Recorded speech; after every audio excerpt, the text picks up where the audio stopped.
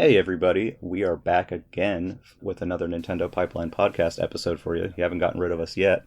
Uh, First off, I'm CMM, or you can call me Clay. I'm Jared, and also I'm One Up Muffin on the Discords. And today we got a special guest who is... I'm Gartooth, but you may call me Steve. Alright, sweet. So today is all about Game Boy Advance, because Game Boy Advance recently passed its 20th anniversary, and we thought it'd be fun to just talk about some of our favorite games. As you all know, there was the original model of GBA, the SP, which was super popular, and the not so popular Micro. GBA had tons of fun accessories and cool stuff, but today is going to be all about just GBA games. So with that, I raise you Rhythm Tengoku. Does anyone else play this besides me? I have not. For the people in the United States, what is Rhythm Tengoku who have not heard of this? Oh, right. It's Rhythm Heaven. Yeah, this is the original Rhythm Heaven game, which was not released in America. Yeah, and it is a delight. If you like Rhythm Heaven since and you haven't played the original, it's pretty translator or pretty language friendly. Yeah, most of the games don't need much English, and they're really fun. I've only played it a little bit on an emulator because I have not imported the cartridge, but it's a very fun game. Yeah, it's so charming, and you'll notice if you've played the later ones that some of the games from the first one have been remade or redone on some of the sequels. But it's so wonderful, and I just wanted to mention it off the bat because it birthed that wonderful series, and highly would recommend if you haven't tried the original to go back and maybe see if you can import it. I was lucky enough years ago that I had found one for a decent price that was like boxed and complete, and Oh wow. Japanese GBA boxes are so cute. Oh, wow. I love them. There's a really cute song on there. It might be one of my favorite songs in the Rhythm Heaven franchise. It's like something Pon Pon, but it's like a spoken song, and I like that one a lot. I wish I knew the full name of it. It's if you're familiar with the later Rhythm Heaven games, you pretty much know what to expect here, but it's a mix of some stuff. A lot of the stuff is just like music only, but there are like vocal tracks and stuff like that, and the game is just oozing with charm. It's like WarioWare meets a rhythm game, sort of, because it's not like you're doing it in 5 seconds, but like it's got that energy, if that makes sense. So something I wonder about that on the GBA, the GBA is kind of known for its sound chip. How does Rhythm Heaven or Rhythm Tengoku sound? Does it really stand out, or kind of work with the hardware? Yeah, that's a good question. If you're familiar with the sound that WarioWare has, where it's kind of this weird offbeat thing and it just kind of works. Yeah, they make it work really well. Yeah, it works. They use the obviously, hardware to its advantage. Yeah, the sequels, of course, being on more capable hardware, sound better, but like considering GBA limitations, I think it sounds lovely. Mm-hmm. And hey, headphones, unless you have an SP, in which case you need an adapter. Oh, does that not have a headphone jack? It does not. It does not. Oh wow, not even on the second model of it? Nope. Wow. Huh. Yep, there's a headphone jack like dongle that you can use, and there's even headphones that plug directly into the charge port. I never even noticed that. Wow. Yeah, it's funny. But yeah, that's my Rhythm Tengoku thing. Anyone else wanna? And well, you mentioned a game that would make a great transition. Yes. So I would love to, I'm gonna skip past the first one and go right to my favorite game, maybe of all time, WarioWare Twisted. Oh man. For people who don't know, it's a bigger Game Boy Advance cartridge because it has a rumble pack and gyro in the cartridge itself. And it's like a series of 5-second mini games, and has some regular bigger mini games, but WarioWare is just magical. Yeah, I think I hope most people who listen are at least somewhat familiar with WarioWare, but this game is just magic. I spent a lot of time getting all the silly like Gashapon Yeah, toy I got every things. single thing, and the mini games are genuinely fun. Like they're so replayable. There's like there's like 2 or 3 mini golf courses where you swing your Game Boy Advance back and forth to putt the ball, and it feels great. Mutroid. Don't forget Mutroid. Mutroid's great. Mutroid is you're great. you're a little cat, and a cat that's laying on its back, and you shoot at like little alien bugs, and to roll around you like spin your DS hard. That and then you, like, cat roll knows how across to the roll. And for a game, The Excite Bike one, too. yeah, That mini game. and for a game that had Yeah, exactly. a special pack to do the motion controls, for something like WarioWare, you need something really responsive so you can act with fast reflexes, and that thing was really responsive with Twisted. Yeah. It was incredibly it, impressive. it works great. It has this nice little click too with the combination of the rumble. Yes. So it's very satisfying. tactile. Even the menus are entirely gyro and rotational based, and they're kind of fun just to roll around in. Yeah, isn't there isn't one of the bosses is Mario 1? Yes. Oh, and- You play Mario 1 except it's on a circle. Yeah. Like it's on Yeah. like a how would you describe that? But to move Mario, you twist the Yeah. console. It's like, The whole like level rotates. right, so you uncover more of the level as you rotate around. So it's like the moon boss from Yoshi's Island where you're running around Yeah. a circle, but Yeah. the level keeps going and going. Yeah, that was a fun one. There's a lot of really memorable micro games in that. I know the one with like you're flying an airplane, you have to fly in between 2 buildings or like walls or something. Oh yeah, and you twist it kind of like those like Wipeout, like make it into like the shapes or not Wipeout. Oh yeah, like hole in the wall. Yeah, like hole in the wall. Yeah. Yeah. There's some really good stuff because all the micro games in this are categorized by like type of movement. It's like, one of them is like small movements, one of them's like big sweeping motions, and then I think Cat and Anna are like button only. Yeah, there's button only ones, and there's also some of the best parts of any WarioWare game is when you beat the main story, you unlock like random towers that give you mini games from like all over the place. Yes. So I love those. So it'll give you like a combination of any mini games, and you just try to beat as many as you can. It's And- so addictive. This one actually had a unique thing where there were those stopwatch levels. I forget exactly. It's like if you win the micro game, you get more time. Yeah, the fast. Oh. So you don't have the typical amount of time for a micro game. You have more time to complete them, but the faster you complete them, the more time you get back. Yeah. It's very tense and very fun. Yeah, it's like the scary Wario stopwatch thing. Oh, wow. I completely forgot about that one, but that sounds like an awesome kind of feature to challenge, challenge your response time.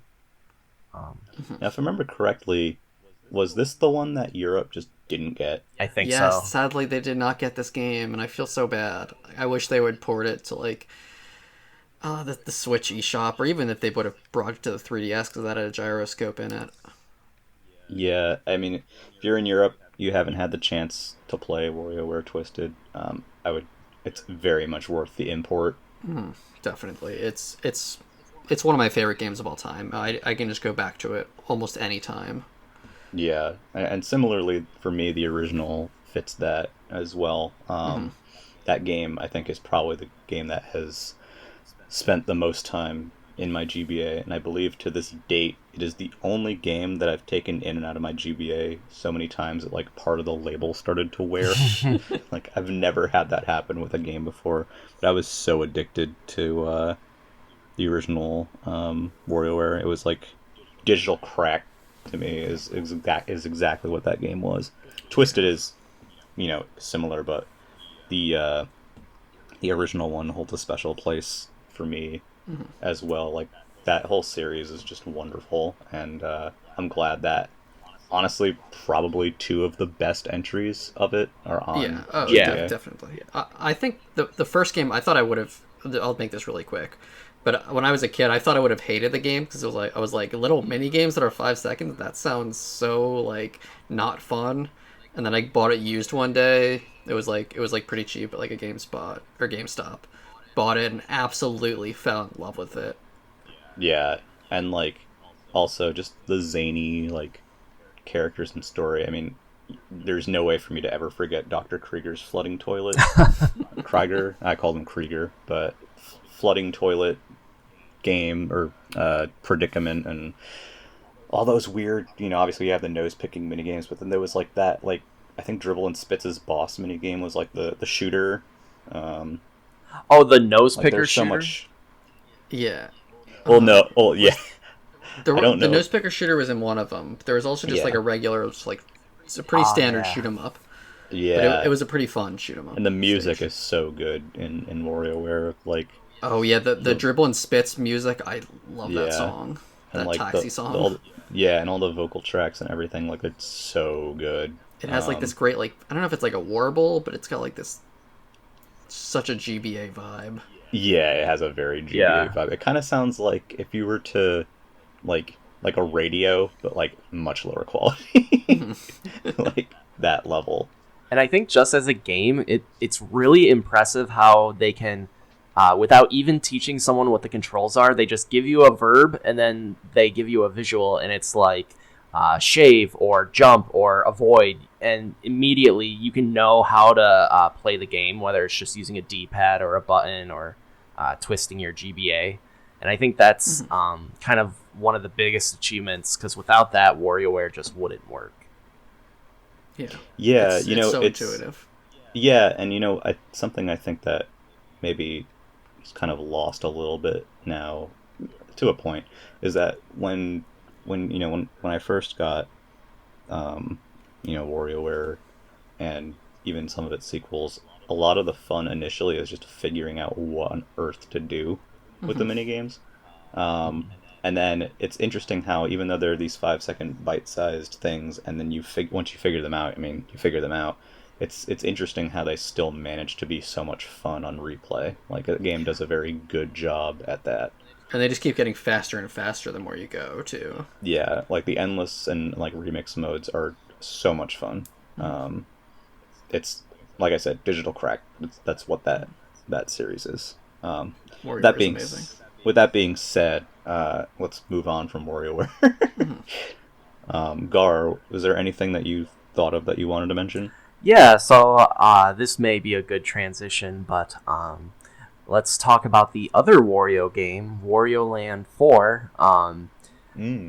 This was my first foray into a Wario video game, and I have to say there are some things that I'm really impressed by going back to it a couple days ago. One of them is when you get to the end of a level, you have to trigger a countdown timer to get back to the portal where you started the level in.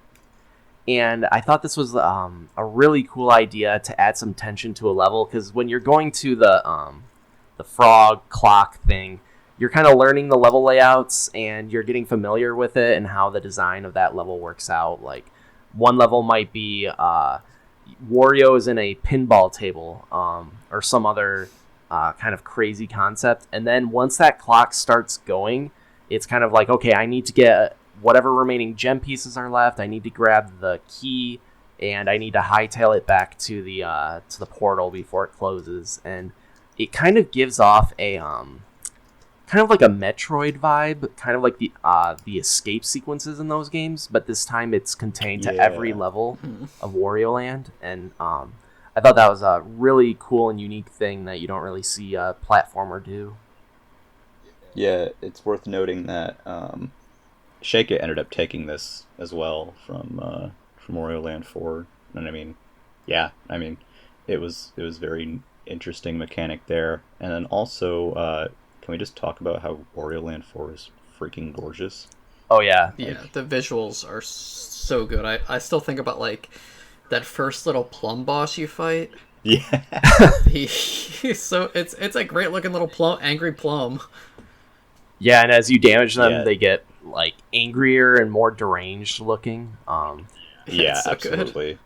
every boss in that game is deranged. I swear to God.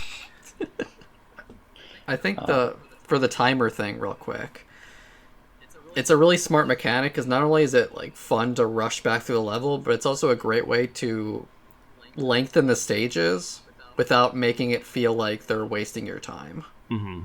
Yeah, and certain stuff changes too. Like once you hit that, frog timer thing, like certain blocks like switch. So Yeah. the route back isn't identical to the route. They block forward. off some things to like throw you off a little bit. Yeah, not to mention too. I know with the general structure of that game, not only are you looking to actually finish the levels, but you need those those like chunks of diamonds. I don't know how to describe them. They're like Yeah, a yeah. square. Yeah, split four in four. pieces of a Was diamond. that the disc or is that something else? That's something else. No, I'm talking just the. You need them to get to be able to access the boss. right. Yep. You need a complete diamond from each level in a world to access the boss. Yeah. So like you also had to do some exploring and looking around as well. And something fun that I didn't know until recently. So there's multiple difficulties in Wario Land or in Wario Land 4, I mean, and they actually all change the location of those. Oh wow, I did not know that. Oh wow. Yeah, so if you are I should playing do that Wario again. Land on hard, the diamond locations are different. If you're playing on S hard, good freaking luck because the game is extremely difficult. I didn't know that. That's amazing. It's also notable because that's one of the only Nintendo platformers that are original to the Game Boy Advance. Yeah, we'll definitely get to some of the ports and stuff later, but Wario Land 4 is one of the few new Nintendo platformers on there, and also is probably a good time to talk about Metroid Fusion as well and Zero Mission, because Wario Land 4, the engine for Metroid Fusion is the Wario Land 4 engine. Oh wow, I didn't know incidentally. that. That's great. Yeah, Oh. and I mean, yeah, I know Gar in particular has things to say about Metroid. Yeah, so for me, I kind of have the, I would say not the kind of mainstream opinion where usually Super Metroid and Metroid Prime are considered the two pinnacles of the franchise, and I think on some level they definitely deserve that title, but for me, my favorite Metroids were the GBA ones, particularly Zero Mission. Just because it took what was great about Super Metroid, and to me, it just made moving Samus way more fun. She feels more agile and speedier and less floaty. She can grab ledges in these, and just in general, it was something that would stick in my GBA, and just I would think, I was like, how do I get to that missile tank? It's been bothering me all day, or how does this speed boost puzzle work? And yeah, it's just a really great game of discovery, and I think Fusion in particular has something interesting where it kind of plays with your expectations of how the older Metroids works and uses that against you.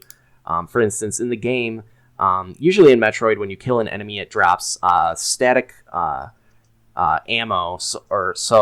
ammo or energy, and you can just pick it up at your leisure. But in Fusion, since your drops are all the X parasites, what will happen is if you don't pick those up right away, they'll reform with other X parasites and respawn an enemy. So it becomes a game of like, I gotta kill this right away, and then I gotta jump right into this thing and absorb it, or else it's gonna come back. So Wow. Yeah, and that game in particular, Fusion, changed how missiles worked as well. Oh yeah. Typically you had, missile, super missile, whatever, and they were separate. And this, it's kind of like the beams also, the missile upgrades stack, and eventually you get this like charging ice diffusion missile thing. Right. So if you charge it, you can turn a standard ice missile into a kind of like an area of an effect. So the missile explodes, and then you just see this kind of like big snowflake effect swirl around and engulf anything in it. So yeah, I think the game does a very good job of making you feel weak when you need to, and making you feel powerful when you need to. like such as with the SAX stalking you, and then you realize like I've upgraded Samus this far, and even then this thing is going to chase me and kill me in 2 shots with its ice beam. So yeah, and that is when those sequences pop up, it is legitimately terrifying because like you get smacked twice and you're dead basically. To speak a bit on Zero Mission, I know for me it's interesting. So Metroid is not typically a game I think of as a comfort game, but Zero Mission, at least on the standard difficulty, kind of fulfills this for me, where it's like this, you can play it and go through it very quickly, but it's so satisfying. And yeah, like what you were saying about the movement and stuff, like they definitely, the controls improved on the GBA, interestingly enough, despite the limited buttons. Like it feels like they just got more focused. The Super Metroid has a run button, it has the cancel button, it has, you know, normal jumping and shooting and your diagonal buttons and, you know, select between your different weapons. The GBA Metroid games are like, you know, they're much simpler, so it's like instead of having to like, you know, press select to like move to a different weapon, a lot of the time it's like the weapons just stack, so you just are holding it R. feels smarter with the weapons. Yeah, and like there's no run button, but when you move generally faster, and then, you know, when you run far enough, that's when the speed booster and stuff will activate. Just feels better. So much better. I mean, I played Super Metroid last year, and like it's still a good game, and like I understand why it's so important, but I think Zero Mission is just so much more fun, and it's definitely like Gartooth. It's my favorite Metroid game by far. I still need to beat Fusion. I liked what I played so far, but Zero Mission just has great controls, great visuals. Yeah, those comic book style fun to play. Oh yeah, that comic book style cutscenes and artwork is really fun. Yeah, that aesthetic is beautiful. It's something that I kind of wish we would see at least once again in a Metroid title. But I think I always go back to with Zero Mission that to me it's the perfect remake because it embraces, so like I could never get into NES Metroid, and I've tried a couple times, but I just can't with password saves and Samus not being able to crouch and shoot someone that's right underneath her. So that Zero Mission exists, and it essentially gives me that game, but it brings it up to kind of a modern standard of play, and even then it surprises you with certain things such as the epilogue that weren't in the original Metroid. Yep. To me, I just think it's really the perfect remake. That it's undeniably the original Metroid when you look at it and you compare it side by side, but the quality of play is just on a completely different level. Yeah, and it manages to kind of stand alone too as its own. Like it is a remake, but like I feel like it's like you can play both Metroid 1 and Zero Mission and like them both and get completely different experiences from both of them. Mm-hmm. So beyond Metroid, I know obviously Pokemon's a big thing on GBA. I know some of y'all had some Pokemon stuff to talk about. I don't, because I don't really do Pokemon. I do not either, except to say Pokemon Pinball 2 is great, but that's it.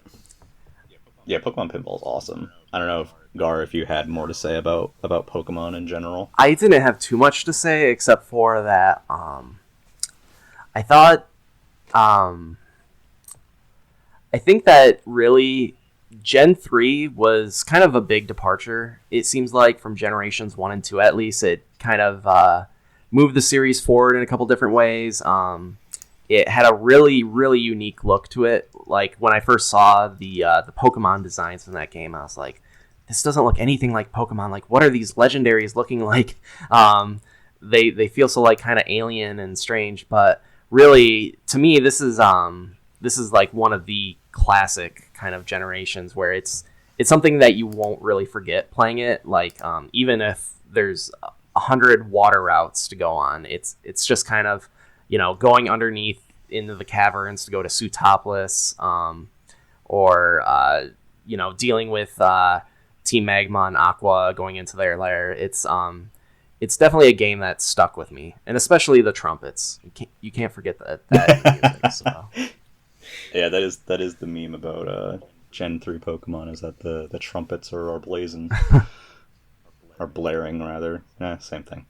Yeah, and on that note, there's Pokemon Ruby, Sapphire, and Emerald.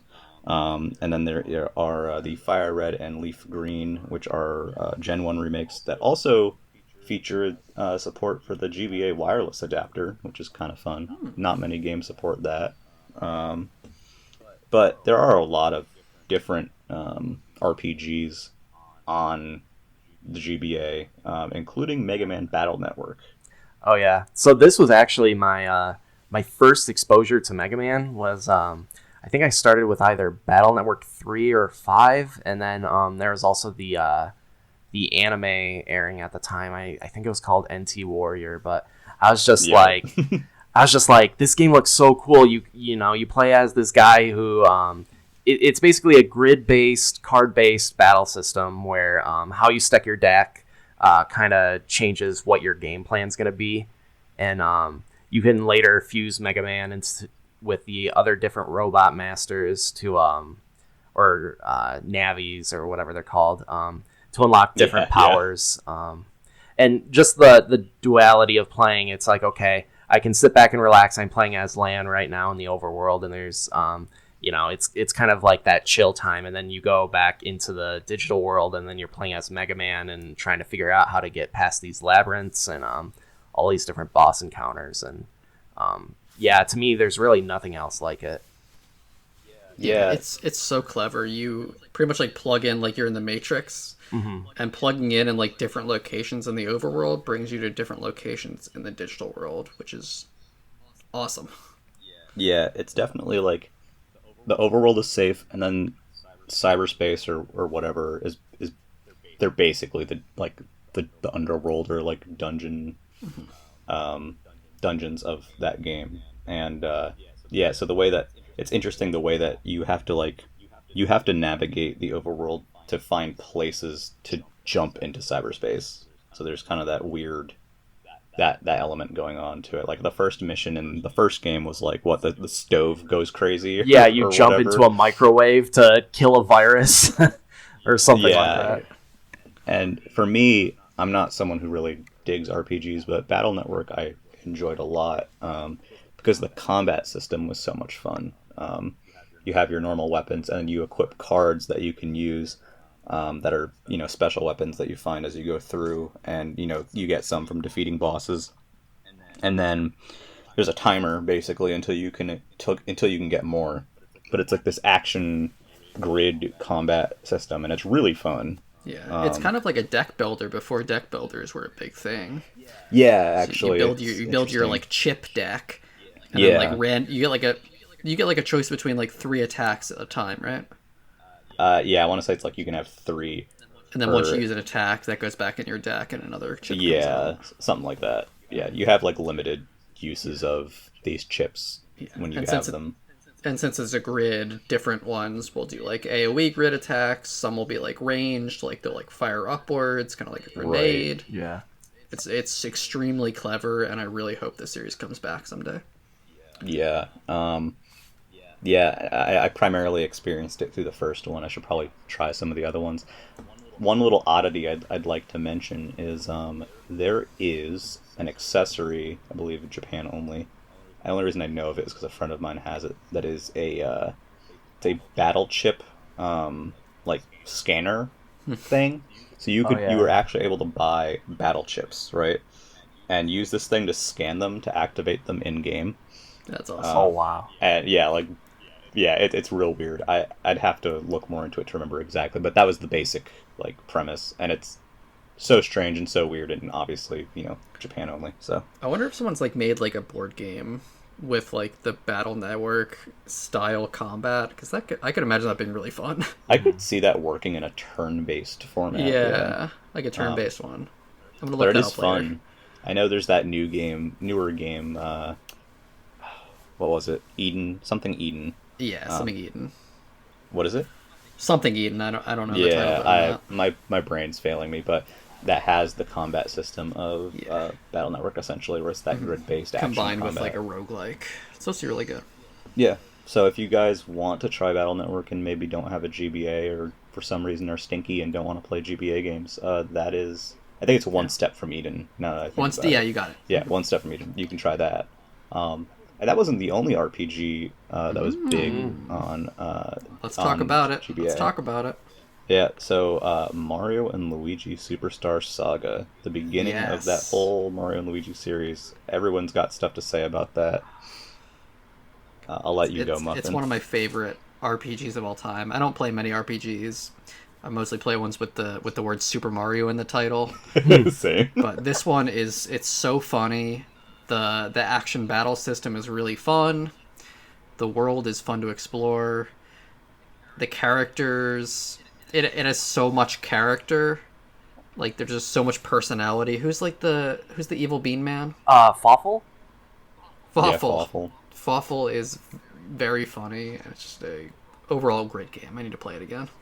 Yeah, that one is special because it creates the Bean Bean Kingdom, which later Mario and Luigi games I feel didn't do the world's creation element as well as the first one did, where it's just this new area that's really cool and well defined. The music's great. The combat is important to me because I don't typically like RPG games because I usually don't like their combat, but it has this it's an action-based combat like other Mario RPGs, and it's super fun. You have like the co-op attacks, you have the standard attacks, there's the timing elements, there's the overworld stuff. I just remembered about the A and B thing. Yeah. So it's really cool. Mario is always your A button, and Luigi's always your B button, if I have that correct. Yep. So when you want to defend as Mario, you have to press the A button. When you want to defend as Luigi, you have to press the B button. And there's also cool ways they use that in the overworld too. Yeah, it's just Yeah. it's just something that you like instantly remember because the bosses will sometimes have unique attacks that you kind of gotta counterattack. I think one of them was something like a fire bar would swing around, and you would need to have Luigi jump over it when it got underneath him, and then Mario jump over it when it got to him, and just kind of like that quick reflex. Like okay, the game does a really good job of programming kind of into your brain like what to do without even thinking about it. Now that they assign Mario and Luigi to essentially two different buttons. Yeah, it's interesting how that plays out, and it's so compelling. Like talking about it's like, oh, whatever, but like playing it, it's just like, oh yeah, this makes sense. It makes RPG like I don't mind RPG combat, but it really makes it really accessible and fun to someone who's not into turn-based battles. Yeah, yeah. And for me, like, yeah, I don't typically enjoy traditional turn-based, but turn-based with action elements, I'm definitely more engaged and interested. So that game is very special to me as well. I think one other thing about that game that really stands out to me is how fun the character antics are in that game. Like, the amount of scenarios that they figure out for the Mario cast is absolutely insane. You have Bowser losing his amnesia and being a goon to some thief. You have Luigi dressing up as Princess Peach for a decoy for the villains. It's just absolutely hilarious. And hearing the Mario Brothers just speak their gibberish to like all these situations and their animations is it's so incredible. Not to mention the beginning part where Peach's voice is replaced with freaking bombs, basically. It's like she speaks and it explodes. Like, it's so strange. So on that note, we're pretty far into this now, so I'd like to propose a sort of lightning round of games. If there's anything that we haven't talked about yet that you guys would like to bring up, I'm going to start mine with Pinball of the Dead. If you like House of the Dead 2 and you like Devil's Crush, that is those two games together. There are 3 boards and there's bosses from House of the Dead 2. Great game. I think we should do a brief spotlight like a mini one, because they're just NES games and SNES games. But I'd be remiss if we didn't talk about the Mario Advance quadruple. What's that called? Quadrilogy? Is that Quadrilogy? Sure. Is that the word for it? Yeah. That was my first experience playing some of those games. So I had never played Mario World before. I never played Yoshi's Island. So this was my introduction to three great Mario games and Mario 2. But I love that whole collection for introducing me to those fantastic games. And Especially the new version of Mario Bros. That was included in each of those, and in Mario and Luigi. Actually. Yes, and Mario and Luigi. I wanted to point that out. 5 opportunities to play Mario Bros. For you on the GBA. 5 opportunities to play Mario Bros. A better version of Mario Bros. Than the original one. Yeah, it's based off the Super Mario Advance physics. And it's worth mentioning too that this version of Mario Bros. You can play multiplayer with only one copy, I believe. It is one of the few GBA games. I know Mario Kart Super Circuit does have a one kart multiplayer mode as well, but if I remember correctly, Mario Bros. Has the one kart multiplayer thing going on. And Mario 3 has extra levels that you scan e-reader cards to get. And Mario Advance 1 is my personal favorite due to a lot of weird stuff in it, particularly Birdo talking is just I like special. Birdo talking. Yeah, Birdo talking. Some people hate the voices. Yeah. I do not mind the voices. I think they're fun. It definitely depends for me, but I think Mario Advance 1 is my favorite use of the voices. And it also has those advance coins hidden in the stages as well as another little neat thing. Yeah, Mario Advance's voice acting, it's kind of like a funny little time capsule when Nintendo was still kind of figuring out voices for the Mario series, kind of similar to Sunshine. And just the quotes in that game, I don't know if they were intended to be corny and like hilarious, but they absolutely feel that way to me. In that, I kind of wish that version of Super Mario Brothers 2 was available more often, just to hear like Birdo say, "This is as far as you'll go," or other like weird this is dialogue. As far as you'll go. Wart's dialogue is very good too. It's like it's stupid. It's great.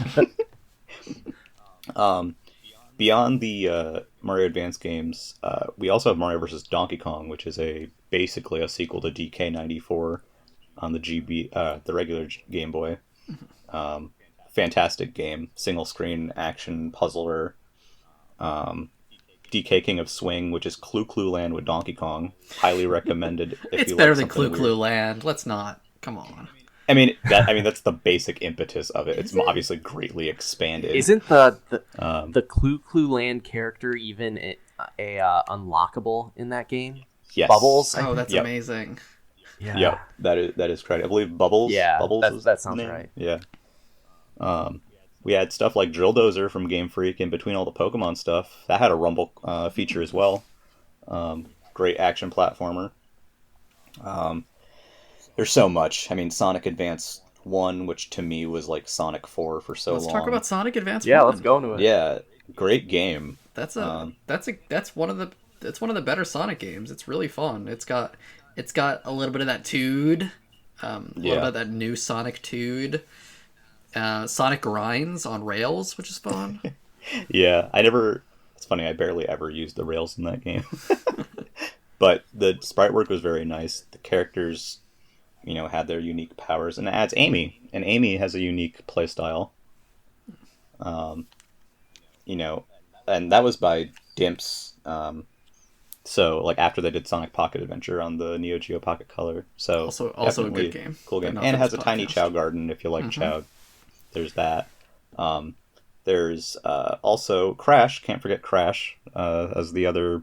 They had a few 2D Crash games. I played the first one in particular, and it's actually pretty fun.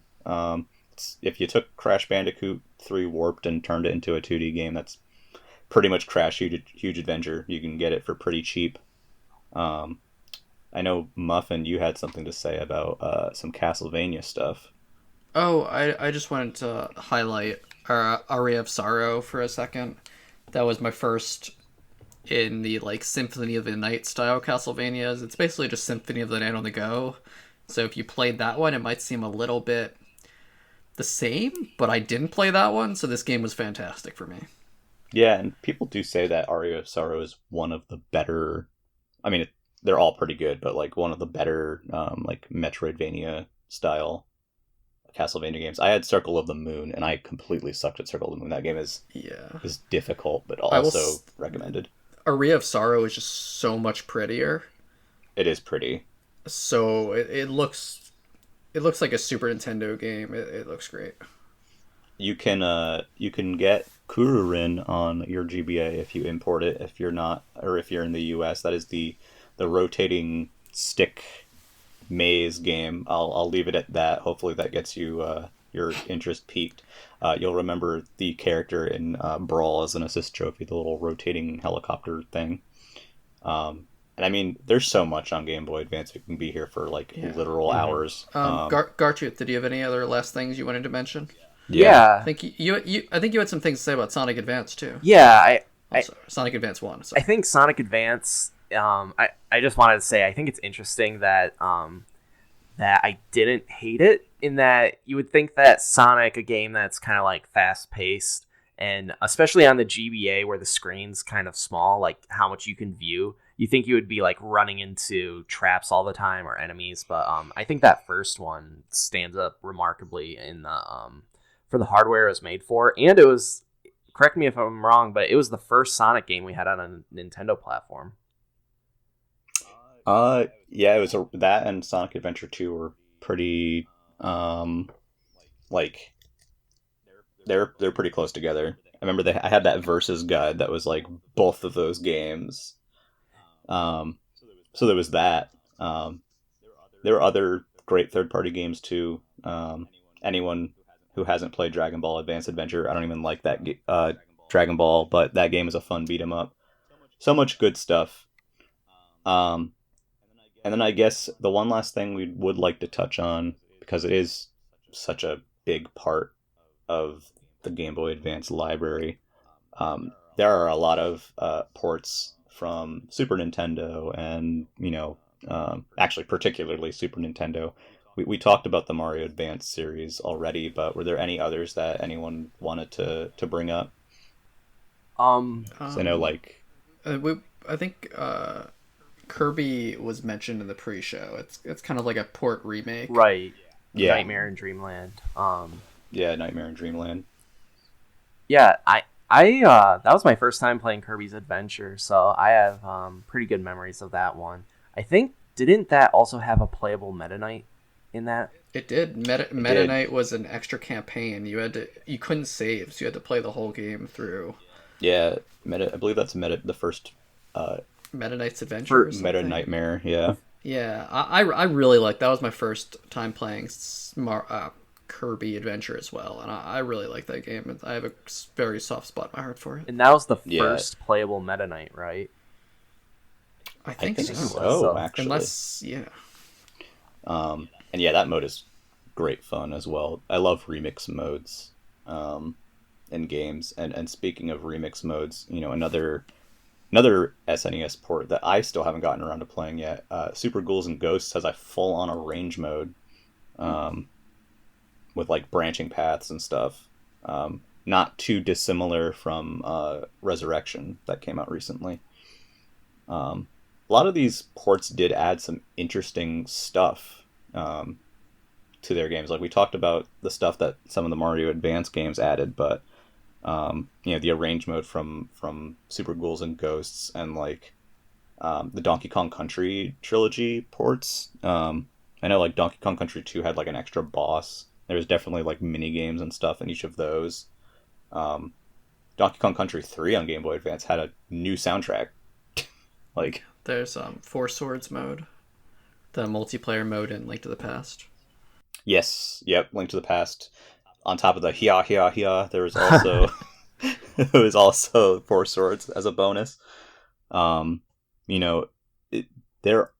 were, I think we mentioned it earlier, but the classic NES series, just great way for a lot of people who may have missed those games to play everything from, Zelda 2 and Xevious all the way to, I think there was Castlevania and like there was a lot. I know other territories got Murasame Castle, which I was jealous about.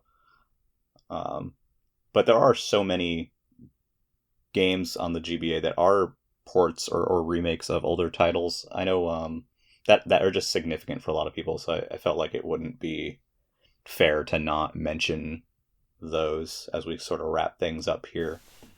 Definitely. At some points, it felt like a mini SNES. Yeah. It's not a bad thing.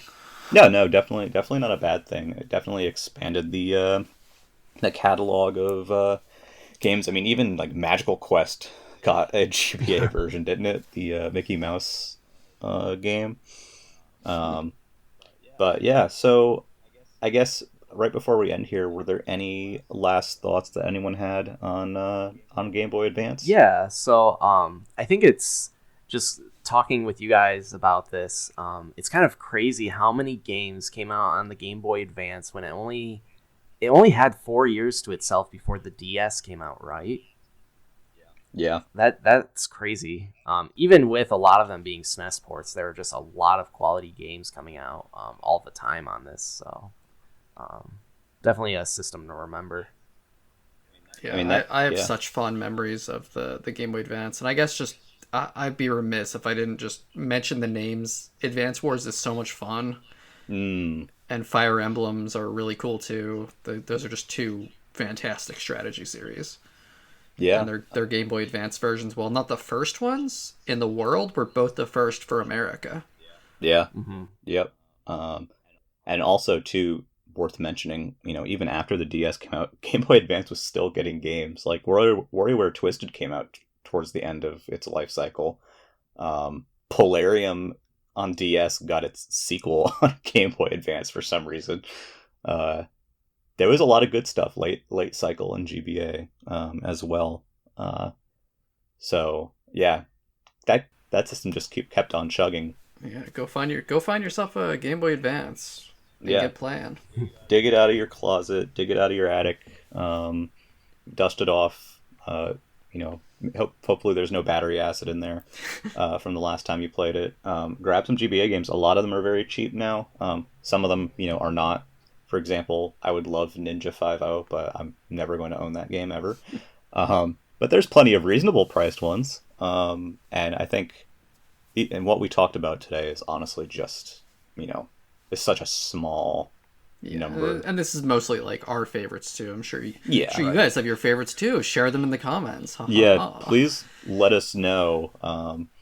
What your favorite GBA games are. If you guys have any recommendations, stuff that we didn't talk about. If we missed here. any huge ones. Yeah, I mean we all had so many that we could to talk about that we just couldn't possibly talk about all of them. So, so with that being said, unless anyone else has anything else to say, it's been fun. All right. Yeah. Well, happy 20th anniversary Game Boy Advance. Happy birthday, Game Boy. Yeah. Happy birth. And thank you guys for listening. If you would like to see more from us, as you know, we're on YouTube and on Stitcher and Anchor and all that fun stuff. We also have the Nintendo Era website, which is nintendoera.wordpress.com. Still chugging.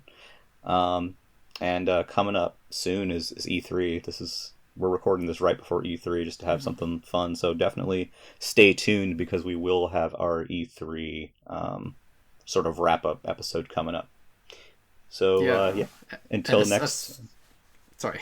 No, go ahead. No, I just wanted to give an extra special thank you to Steve, Gartooth, for guesting. I enjoyed it. Thank you, Gar. Close us out, Clay. Yep. All right. Well, we'll see you next time. Thank you again, everybody, and take care. Enjoy E3. Peace.